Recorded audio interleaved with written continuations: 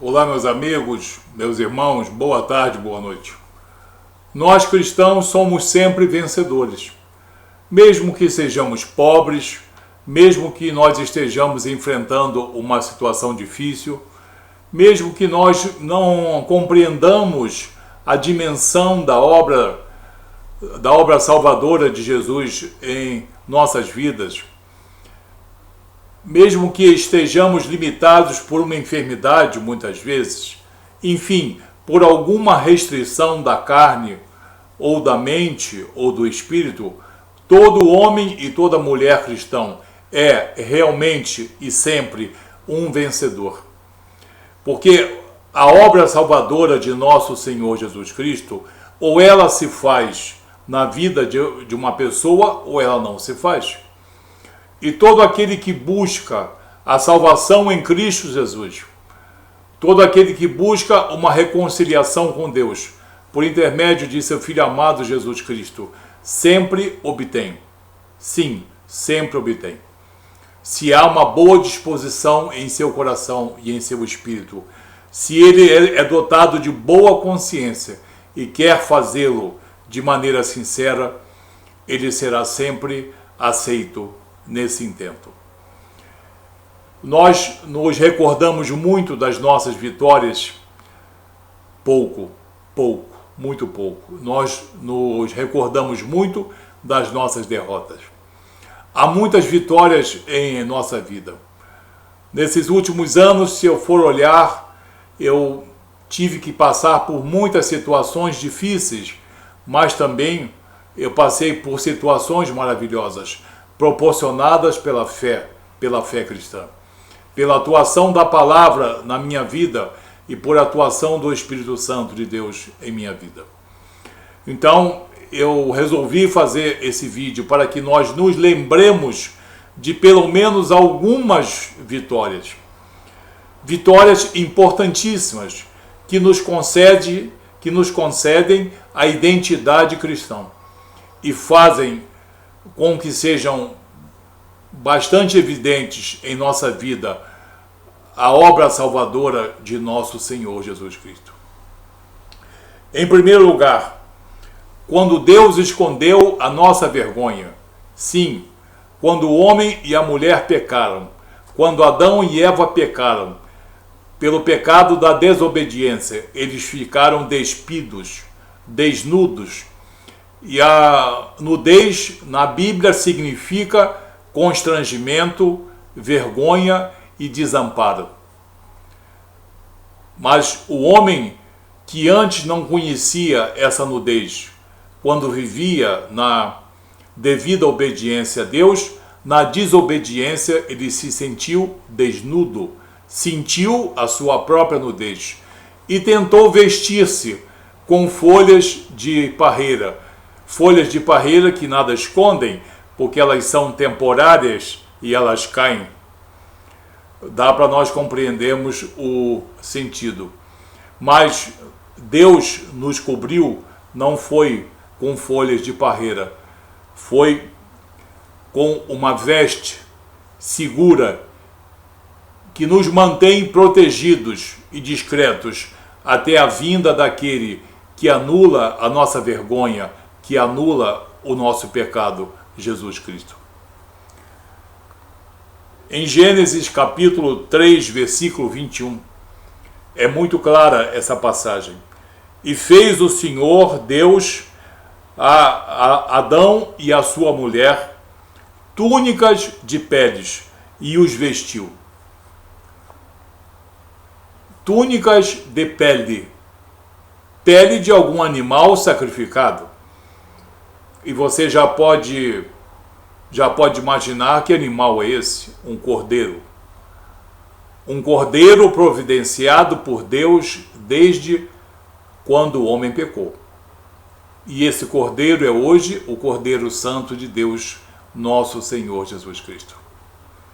Então, quando Deus escondeu a nossa vergonha, usando uma pele de sacrifício, ele estava nos mostrando: aguardem na vergonha de vocês e em vosso pecado, porque eu providenciarei a anulação da vossa vergonha e do vosso pecado, de maneira perfeita e perpétua, em meu Filho amado Jesus Cristo, o Cordeiro Santo de Deus.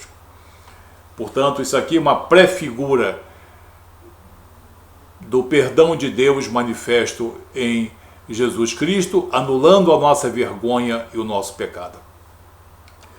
Em segundo lugar, quando Deus separou o santo e o profano. Quando o homem pecou por atuação de Satanás, ou ação da serpente, houve uma divisão. Aquele que foi criado perfeito, o homem e a mulher, se tornaram profanos. Mas não foram lançados juntos nesse caráter profano com Satanás. Deus interviu, fez-se o juízo de Deus, mas Deus separou o que é profano e o que é santo, ou seja, aqueles aos quais estaria prometida a santidade em Cristo Jesus. Quando Deus separou o santo e o profano, ele estava prometendo ao homem e à mulher um resgate. Satanás, a serpente, será sempre profano, mas vocês, apesar de terem profanado a minha vontade e a minha fidelidade, eu tenho uma solução para vocês. Vocês ficarão comigo até que se cumpra a minha promessa em meu Filho amado Jesus Cristo. É o proto-evangelho. Sim, o proto-evangelho que já os pais da igreja conseguiram identificar e dele tanto falaram. Gênesis capítulo 3, versículo 15. E porei inimizade entre ti e a mulher. Deus falando à serpente. Entre a tua semente e a sua semente. Esta te ferirá a cabeça e tu lhe ferirás o calcanhar. Deus disse à serpente, apesar de tu vires a morder o calcanhar de meu filho, fazendo-o padecer, mas não morrer, ele te pisará a cabeça. E pisar a cabeça significa morte. Deus separou o santo do profano e prometeu vida à descendência da mulher e morte a Satanás, como ainda será consumado no final dos tempos. Em terceiro lugar, uma vitória que nós não podemos esquecer é quando Deus nos predestinou em Cristo Jesus. Sim, quando nos predestinou em nosso Senhor Jesus Cristo. Na carta de Paulo aos Efésios, no capítulo 1, no versículo 5, Paulo diz, e nos predestinou para filhos de adoção por Jesus Cristo, para si mesmo, segundo o beneplácito da sua vontade. Segundo o beneplácito da sua vontade. Deus nos predestinou à salvação em seu Filho amado Jesus Cristo, mesmo sendo nós ainda pecadores. O quarto exemplo que nós temos, quando Deus promoveu a reconciliação. A reconciliação do homem com Deus. E Deus não tolera o pecado. Deus ama toda a sua criação, mas não suporta e não tolera o pecado. Ele não tem na sua presença o homem pecador. Sim, Deus não tem na sua presença o homem pecador. É preciso que esse pecado seja lavado, seja anulado. E o único que é capaz de fazer isso é nosso Senhor Jesus Cristo. Na carta de Paulo aos Efésios, no capítulo 1, versículo 10, o apóstolo diz, de tornar a congregar em Cristo todas as coisas, na dispensação da plenitude dos tempos, tanto as que estão nos céus, como as que estão na terra. por meio de nosso Senhor Jesus Cristo. O homem salvo, o homem que aceita a obra salvadora de Jesus, sendo Jesus a oferta perfeita de Deus. O homem que a aceita e a incorpora em sua vida, e disso se apraz, esse homem está reconciliado com Deus, porque os seus pecados de outrora estão simplesmente anulados. Em quinto lugar, nas profecias. Sim, nas profecias. Nas profecias estão presentes diversas vitórias que nos foram concedidas. Vamos citar apenas uma. A do profeta Isaías, no capítulo 7, versículo 14. Portanto, o mesmo Senhor vos dará um sinal. Eis que a Virgem conceberá e dará à luz a um filho, e se chamará o seu nome Emanuel, que significa Deus conosco. Então, Jesus Cristo é Deus conosco.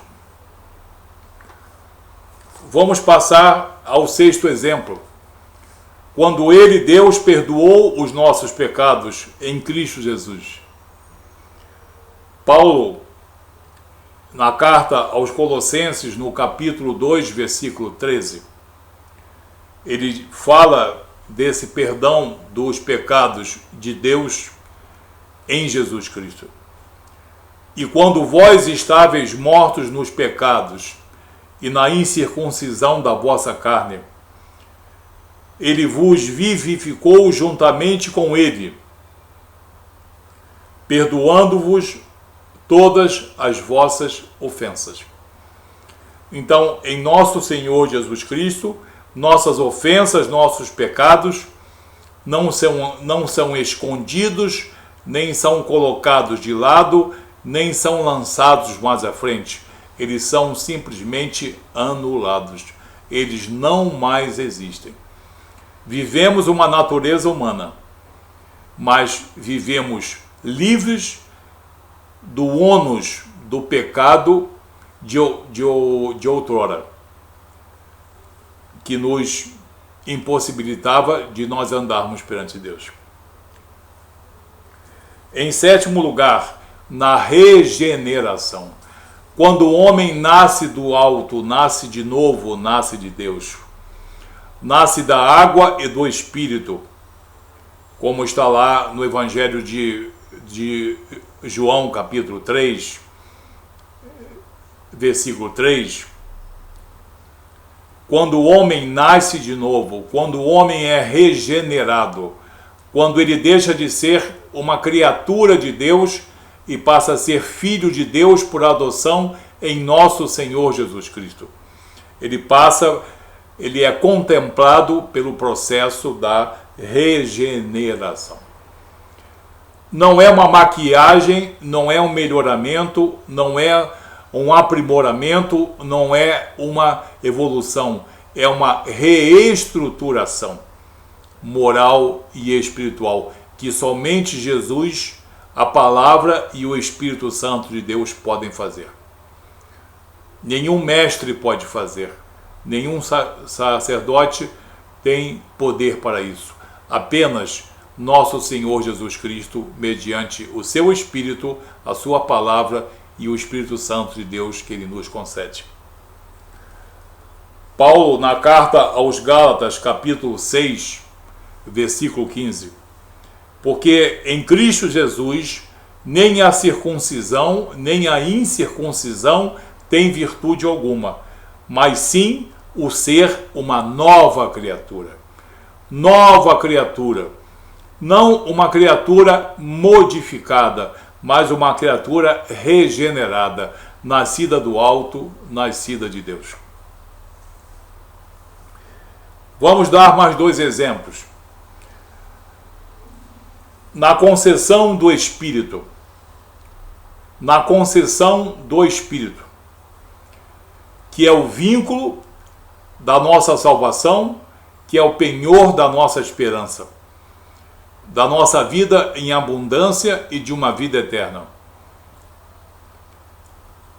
O apóstolo Paulo, na carta aos Romanos, capítulo 5, versículo 5: e a esperança não traz confusão, porquanto o amor de Deus está derramado em nossos corações, pelo Espírito Santo que nos foi concedido. Pelo Espírito Santo que nos foi concedido.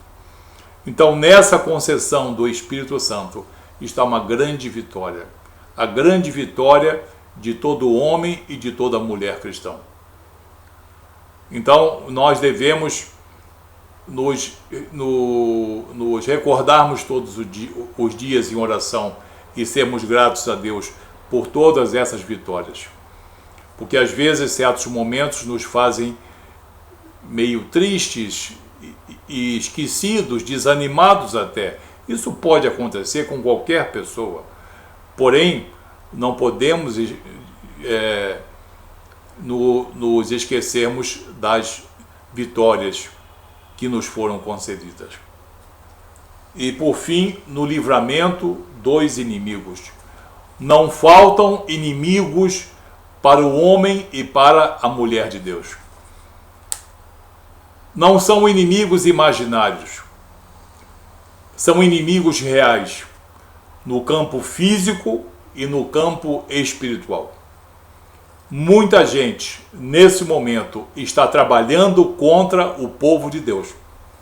Nesse momento, nós temos muitos inimigos qualificados e muito perigosos que estão trabalhando unicamente contra a nossa fé e para tentar destruir a obra salvadora de nosso Senhor Jesus Cristo em nossas vidas, nas congregações e em toda a humanidade. No livramento dos inimigos está uma das grandes vitórias. Esse é do Antigo Testamento, em Números, capítulo 10, versículo 9.